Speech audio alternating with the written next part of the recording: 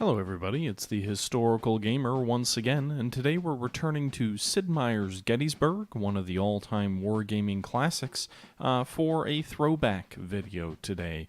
You know, I was thinking through what I wanted to play, and there's a few other games that have come out recently that I am looking at showing on the channel, or just games that I picked up on the Steam sale. But frankly, all I was in the mood to record tonight was some good old-fashioned Sid Meier's Gettysburg, so I decided, you know, why not go ahead and just play it and record it and kind of talk through it as I play it. Now, I've played the campaign 3 times or so on the channel, so I don't actually plan to do that tonight. What I'm going to be doing instead is I'm going to be playing one of the scenarios that comes with the game, and what we're going to be doing is one of the hypotheticals.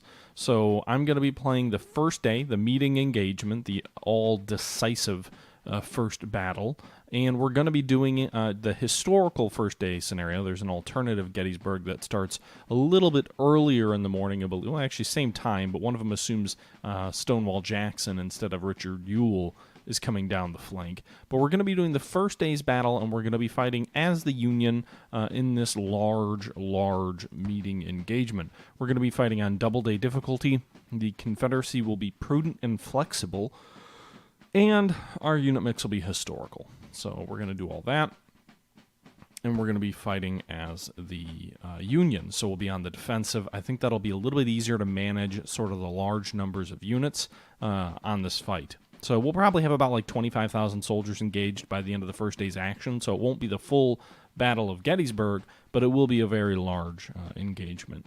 So we'll just go ahead and right away and jump in, and we're going to play as the Union here. You'll see here it's going to start listing out all these different objectives. While it's doing this, let's actually, we start with 18 regiments and 5,000 soldiers. We're going to immediately change the difficulty down to normal. And then we're going to go ahead and zoom out. You can see Meredith and Cutler's brigades are already coming up with Reynolds following the roads here, moving into position or toward the position along Seminary Ridge. The historical Union defensive positions up here on the first day's battle. Meanwhile, we have the Union cavalry troops under General John Buford. His 2 brigades are already deployed in skirmish formation in some woods to the west of McPherson's Hill. And this is along, I believe, Hare's Ridge, where these troops are deployed. General Heath's division of Confederate troops under A.P. Hill's corps are going to be likely coming down this road very soon, but he's got his guns under Caliph's battery, his 4 rifles, I guess. I thought he had historically had 9 guns in position here. General Gamble and General Devon, both around this area as well. Now, we do have all of the other objectives on the first day's battle, so Oak Hill is up here. We do have to defend that against the Confederates when they eventually come down that way. We've got the County Almshouse. We've got basically the full Battle of Gettysburg, or the full battlefield map of Gettysburg. That's the center of my army, apparently, is Fister's Hill. But let's see here. Largest VP location is Cemetery Hill. So you see none of these positions are worth a ton. Harris Tavern's only worth 3 victory points. Battle overview. So we've got this really large, strategic map, if you will. You can see McPherson's Hill's up here with the cavalry in position down here. We've got Wadsworth. We've got Reynolds coming up from the south. This apparently doesn't look to be a scrollable map. Whoa, I don't want to do that. All right. I think it's just centered on my corps commander, I guess, or maybe the center of the army. In any event, though, you can see the town of Gettysburg is over here. We've got Cemetery Hill and Culp's here just to the southwest of the town. This road runs through and toward it very nicely. We've got the angle. We've got Cemetery Ridge. I don't think any of the round tops are objectives here because, again, we're fighting the first day's battle. And then you've got the McPherson's Hill and whatnot over there. So as we zoom back in and look at our soldiers here, we've got Buford, who is a superb division commander, kind of positioned between these 2 brigades. And we've got Gamble's brigade is in here as well. We're still waiting on the Rebs to show up. So I guess why don't we go ahead and move the game speed up to fast and see. I'm assuming they're in the map. somewhere. Kind of assumed they'd be coming up pretty darn quick. Reporting, General. Nope, there we go. We got enemy troops spotted, so we're going to switch the game speed back down to normal. And it looks like they're going for the gap there.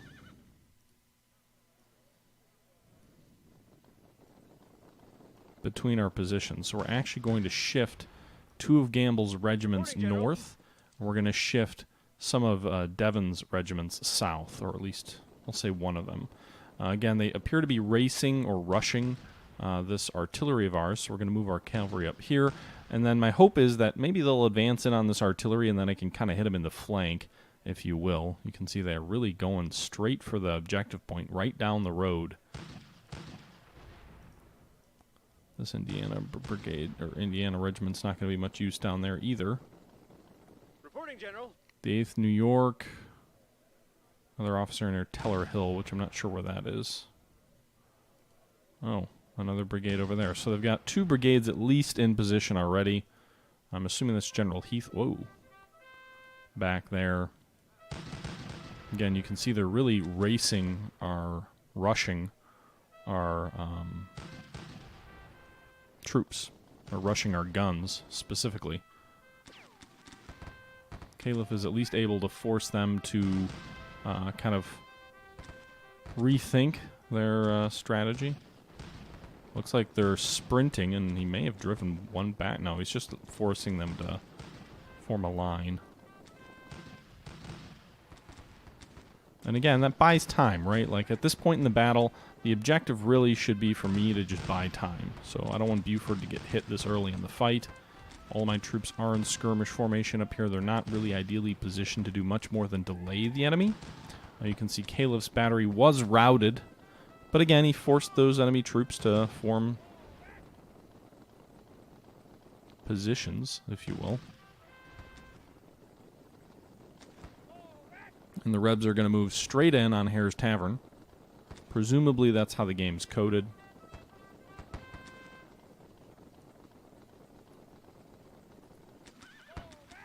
Buford's going to keep moving out. Let's zoom out a little bit to get a little bit better sight over here.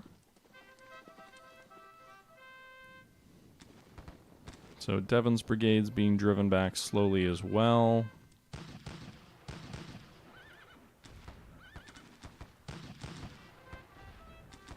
Gonna order him actually to pull back. So Wadsworth is up. Reynolds is coming up. Although the troops are still a ways off. So we're going to move these guys over here toward McPherson's Ridge, or McPherson's Hill. Maybe it's a better idea to... Let's pause here for a second. Maybe it's a better idea just to go straight for Seminary Ridge. My cavalry screen has really been somewhat dispersed. I need to be able to get them in the saddle and race back, but the problem is they're really not in position to do that. They're in position to kind of tie down a brigade of enemy troops, maybe more than that. You can see the enemy's got at least 3 regiments here, a 4th, a 5th, and then they've got a 6th regiment up here in the north. But they've got 2 regiments moving down the hill. They've taken Hare's Tavern, and 2 regiments are moving down the hill for McPherson's Hill as well. And again, I don't think my troops are going to arrive in time. We've got Cutler coming up, but it's going to be a bit before he gets there. Maybe it would be better just to form on Seminary Ridge.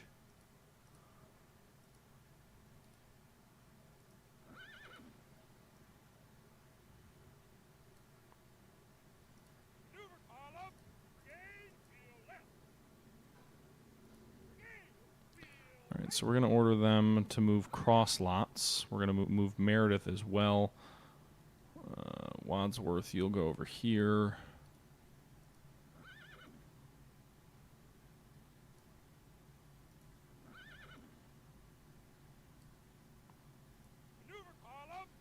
Meredith has the Iron Brigade. We've also got some artillery coming up. Hall's Battery, which is going to take position on Seminary Ridge anyway.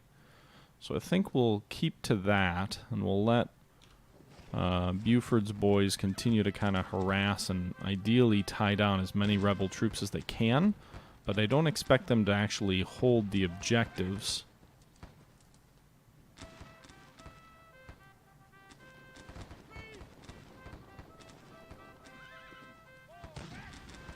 Gamble's boys are going to be driven south. Are they inflicting any casualties? Let's take a look here. We've lost 40 artillery and 24 cavalry. That's a total of 168 casualty points. The enemy's lost 220 infantry, so they are inflicting some loss on the enemy. You can see the enemy looks like they're kind of almost double-quicking it forward to the... No, that's just a standard march speed, I guess, to McPherson's Ridge, or McPherson's Hill. These troops are still coming up. I guess the one good thing about this approach is that there's a fair likelihood the rebels will get themselves overextended. Maybe we should move this cavalry forward to try and engage with this artillery. But there's a fair chance the Rebs get themselves a little bit overextended, maybe? Reynolds, why don't you pull back here? Cutler's moving up, but his troops are taken for frickin' ever.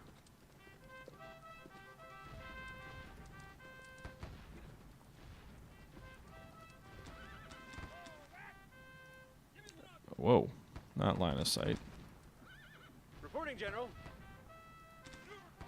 Alright, so I'm going to pull Devon back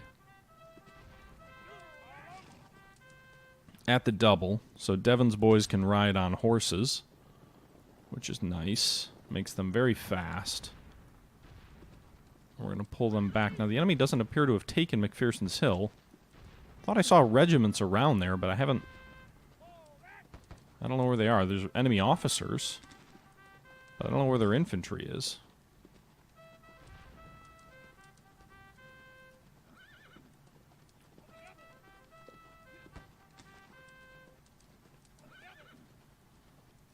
So if there's no enemy infantry over here, then we're going to form up on McPherson's Hill.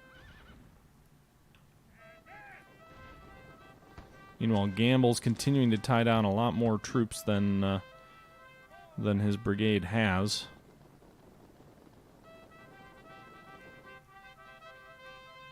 And kind of funnel the Rebs through this narrow pathway, if you will. Keep trying to scroll with the mouse wheel. Doesn't work. Alright, so Devon, why don't you move your boys a little bit further forward on McPherson's Hill? They're kind of tired from the ride, but they did make good time, so they might be able to rest and relax a bit. Oh, there they are. They bypassed McPherson's Hill altogether to head south for the objective.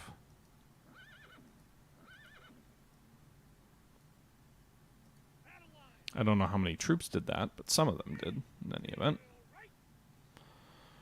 So we're going to try and sweep them off while Devon does his job to delay the rest of the Rebs up here.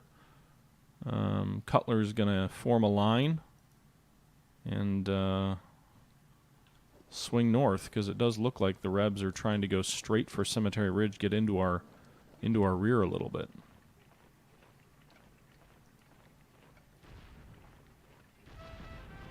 Let's see. Line of sight. Sir, we'll get it back. Meanwhile, these other troops are going up and around our position. How's Gamble doing? His troops are still tying down considerable rebel troops and kind of at least funneling them in toward the objective. Meredith, you're going to also try and sweep the Rebs. So they're approaching McPherson's Hill. That's fine. We have troops there. We at least know they're there. We'll move Buford up to give him a morale bonus.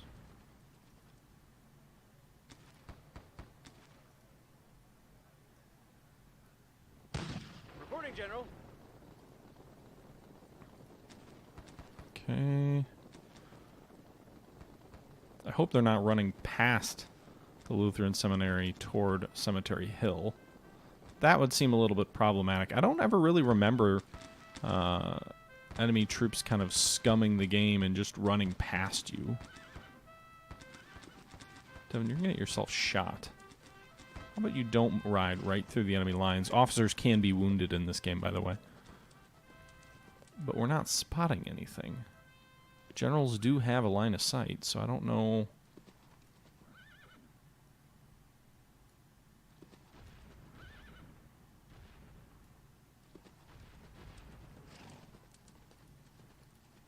Sir, we'll get it back.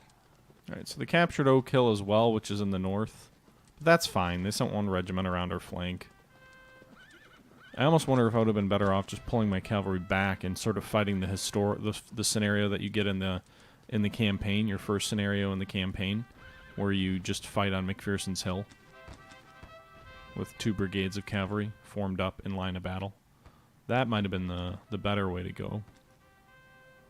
But Pettigrew's brigade is tied down by just a regiment of Gamble. Actually, let's take a look at the casualties and see where we're at now. 379 casualties inflicted by us. They have taken the lead on the casualty count, so they're starting to mount their casualties, but it's still, I mean, it's about 1-to-1. It's pretty even. And that's also partly because I've got troops in line of battle on McPherson's Hill. And these are cavalry, so they're not going to hold out all that well against...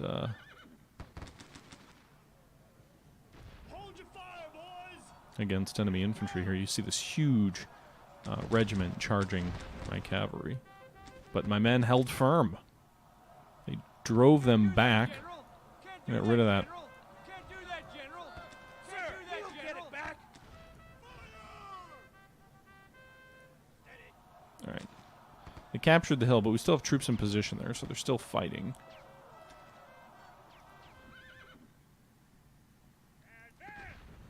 Can't see anything.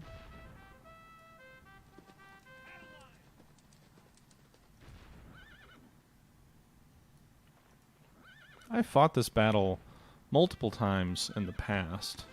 I never really had an issue figuring out where the enemy was coming. Never really had an issue with them going around me either. So this is interesting. I guess the one possibility is maybe the game is... maybe I always fell back from Hare's Ridge rather than fighting in skirmish formation there. I'm not sure. No, actually the Rebs dug in on the Lutheran Seminary. So we have a whole bunch of troops coming up on them. Cutler, why don't you not get yourself shot? Alright, so Cutler has 2 regiments engaged, about to be 3. On what appears to just be a lone enemy brigade. Meanwhile, one of Devon's regiments was routed. The enemy is overwhelming the troops we have on McPherson's Hill, but their sacrifice is well worth it, in my opinion. Gamble, likewise, is kind of... He's at least still in skirmish formation, so he's not quite so dead. You're going to unlimber. And there you have it. So we just drove them back. So Cutler, I want you to form up. Good work, General. We retook the seminary. So you're going to form up here.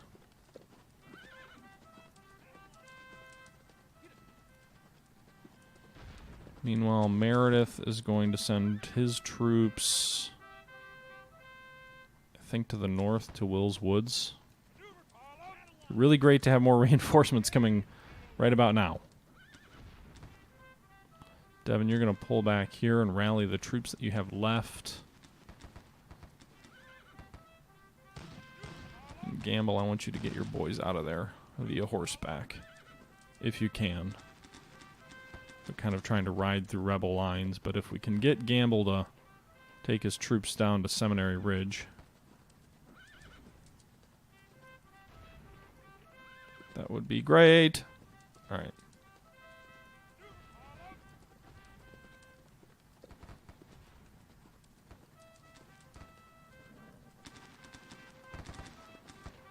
Reporting, General. General Buford, no! The superb division commander Buford is wounded. I don't think he can rally troops while he's wounded either. So that's a big loss, because he is a superb division commander. Now we know the enemy has something up here on Oak Hill. I'm guessing it's a lone regiment that they sent that way. Wait, the enemy reformed.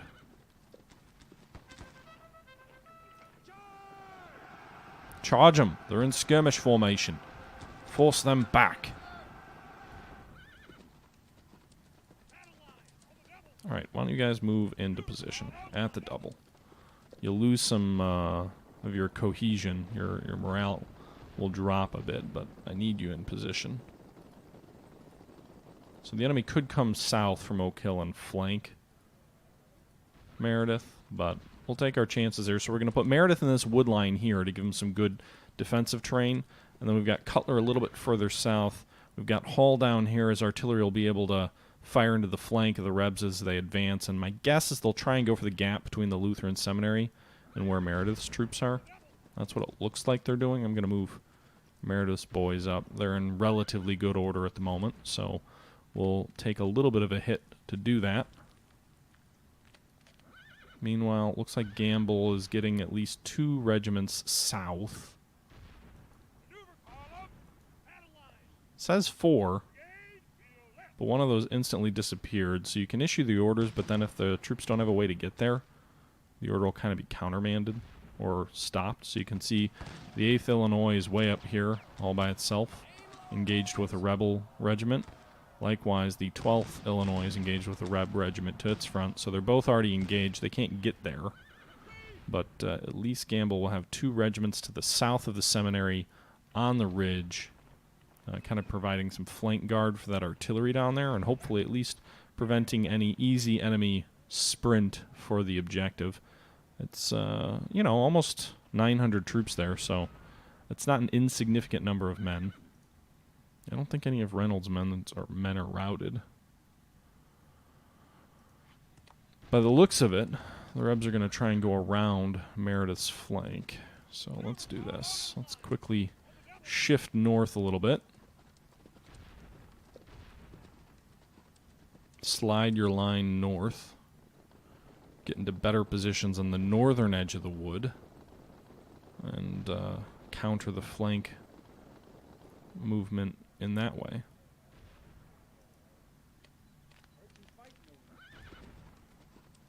I mean, they may go way up and around. It's certainly possible. Caliph's batteries rallied. So what's left of it? 2 rifles. Well, we'll move you up here and unlimber. You'll be between the lines of those 2 brigades to provide some artillery support and a good field of fire. Looks like the Rebs are maybe just moving this regiment up to Oak Hill as a reserve. I don't think they've gone after the country almhouse yet. I really should have gone with the direct approach, I think.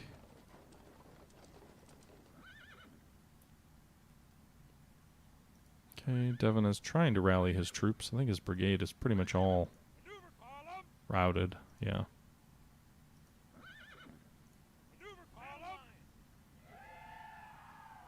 Alright, so we're going to go ahead and form that line. We're going to go ahead and tell Gamble to rally his troops. So all of those cavalry troops that were out there to the west are now dead or routed.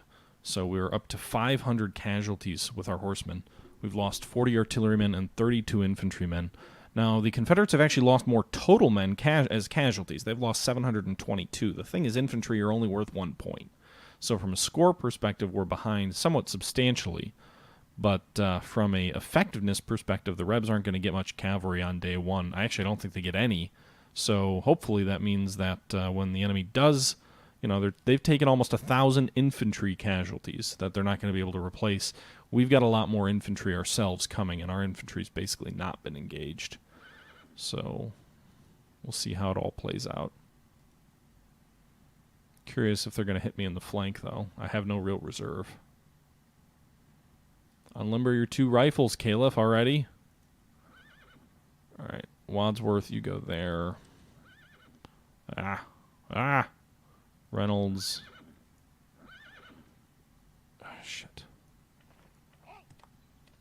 Reynolds, you go over here. Reinforcements are coming up. All right, so we've got 3 batteries and a general arriving on the field. We're moving Reynolds and Wadsworth into position because when you've got a general officer in relatively close vicinity, you get an extra morale block, if you will.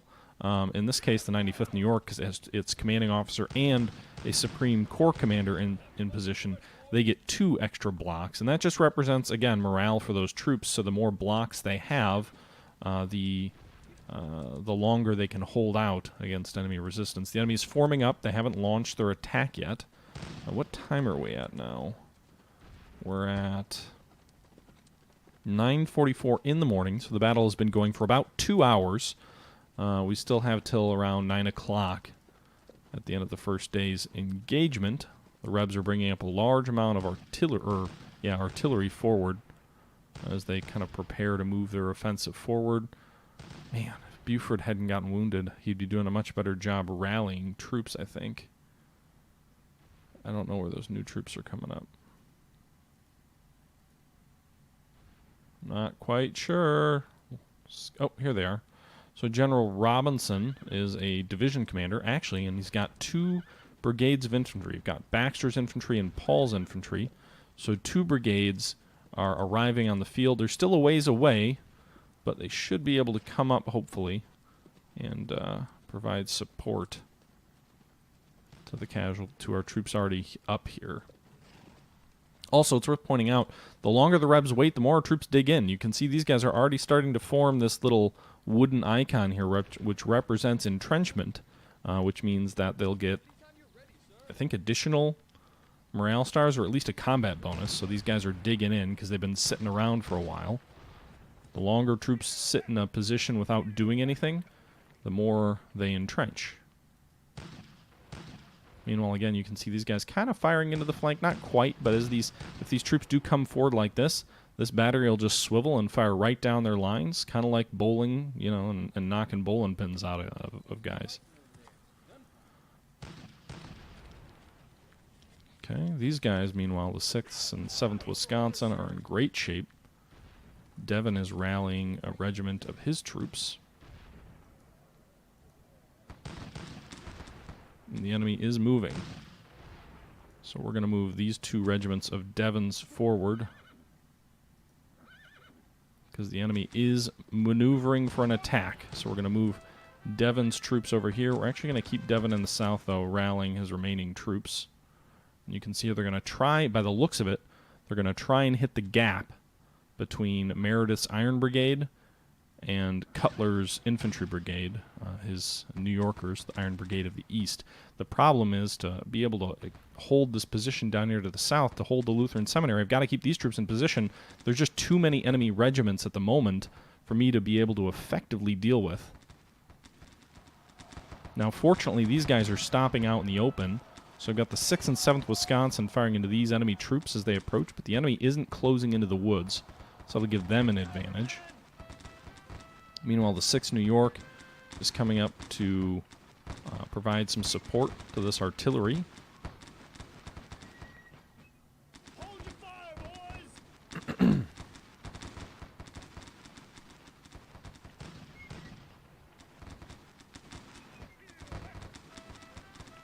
And the 17th Pennsylvania will also ride in here and provide flank support. So they're immediately engaging the Virginia boys, who are now retreating. Califf has infantry support, which will make these 2 rifles that much more effective. It'll be that much more challenging for the Rebs to break him. You can see the other infantry enemy troops who are out in the open were driven back, kind of waiting to see if any enemy troops come down from the north, down from Oak Hill. But for the moment, they're sticking to more of a frontal approach. Meanwhile, Devon's brigade down here, resting. He's trying to rally his troops to get more of our cavalry back in the game. Shit. Well, Califf's battery's gone. You can see they've got 2 regiments of infantry firmly in between our lines. And it's going to be down to Devon's boys to try and hold them back, and I don't think they're going to. So I'm going to have to try and pull the 147th New York to refuse Cutler's flank, because it's basically going to be gone here in a minute. As soon as the 17th Pennsylvania Cavalry routes, which I anticipate will be quickly.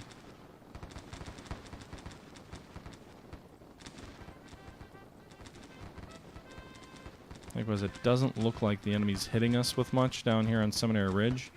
So I'm going to move Gamble's boys, get them back in the saddle, and move them north. We've got those troops coming up from the south. So we're going to move Gamble's troops as quickly as we can. The 147th is in position.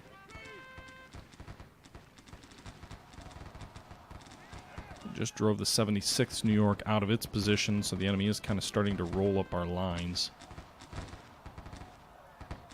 They're disappearing into the woods behind the 7th Wisconsin, which is now flanked. Who are these? 76? Okay.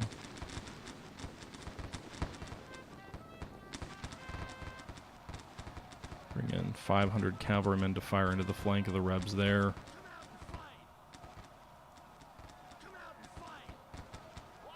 We'll put the 8th New York Cavalry of Gamble's brigade on Seminary Ridge as sort of a token force. In the event we can drive these Rebs back.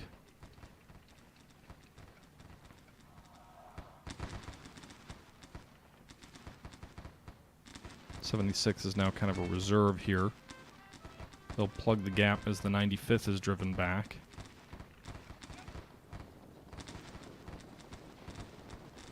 Race them forward. Halt and hold. They're veterans. They should be up to the task, hopefully. 7th Wisconsin hanging in there valiantly.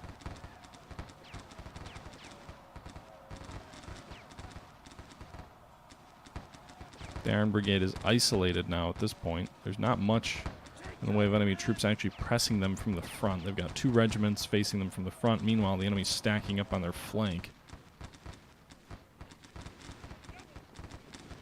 The 8th New York, meanwhile, the largest of these regiments that I raced north is blocked, so I just move them quickly. Try and get their muskets back into the end of the fight. We'll bring the 6th New York Cavalry forward. Maybe they can come up in the rear of some of these Rebs who are really crushing into the 7th Wisconsin. Now, the 7th is doing a miraculous job of hanging in there against 3 regiments. Fortunately, it's not, I don't think, being flanked technically because it turned to face them. And these other 2 regiments must be shooting at the 6th Wisconsin. They are. So it doesn't look like they're flanked. And now the 6th New York can come in, fire in behind on these Rebs over here, which should help decrease their morale, although they're in the woods, and they're also, you know, there's only 135 of the 6th New York, so their effect is going to be somewhat minimized by their small size.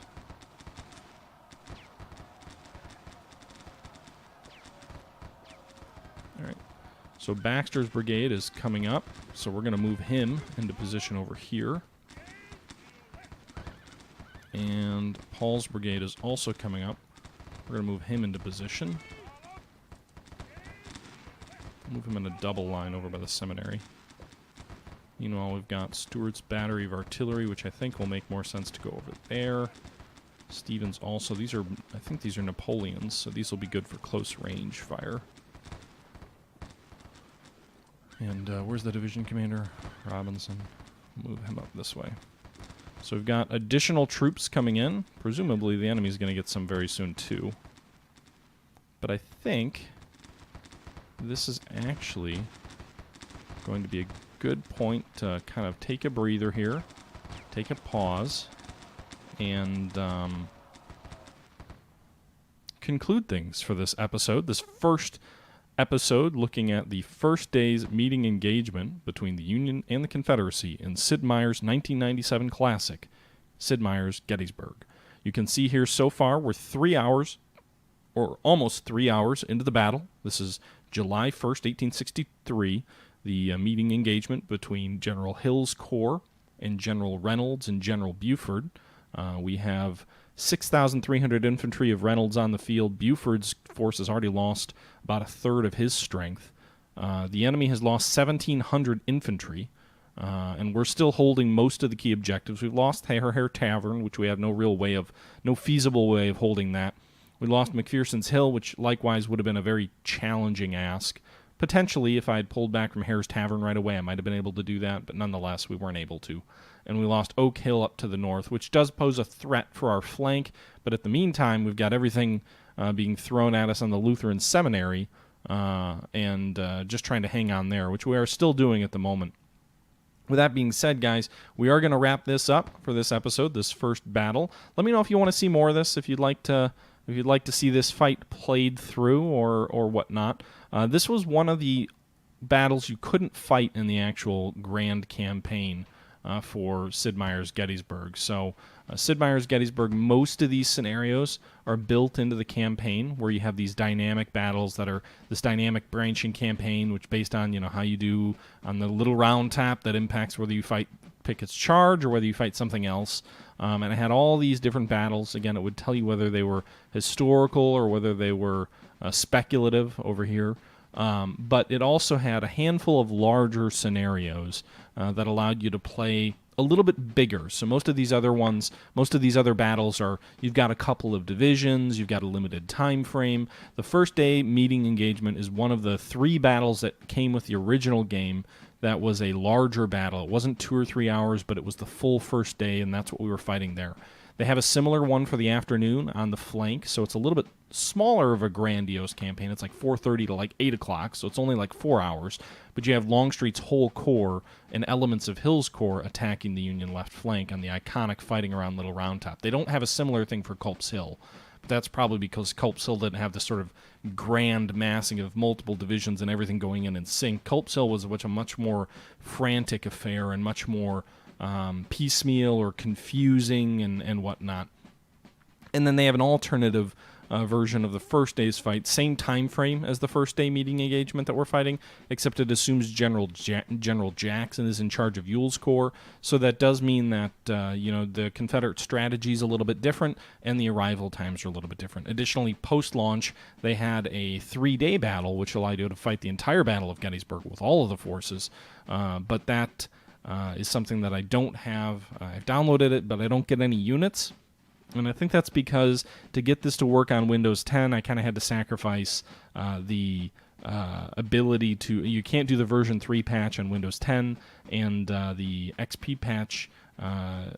basically, there's some mismatch where the XP patch, which is the one I use, the final patch that came with Gettysburg, is looking for some files that are in the version 3 patch. That prevents the preferences from working, and it also robs us of that 3-day scenario. Anyway, guys, that's going to do it for today's episode. I hope you enjoyed, and let me know your thoughts below. As always, until next time, this is the Historical Gamer saying thank you for watching, and I'm out.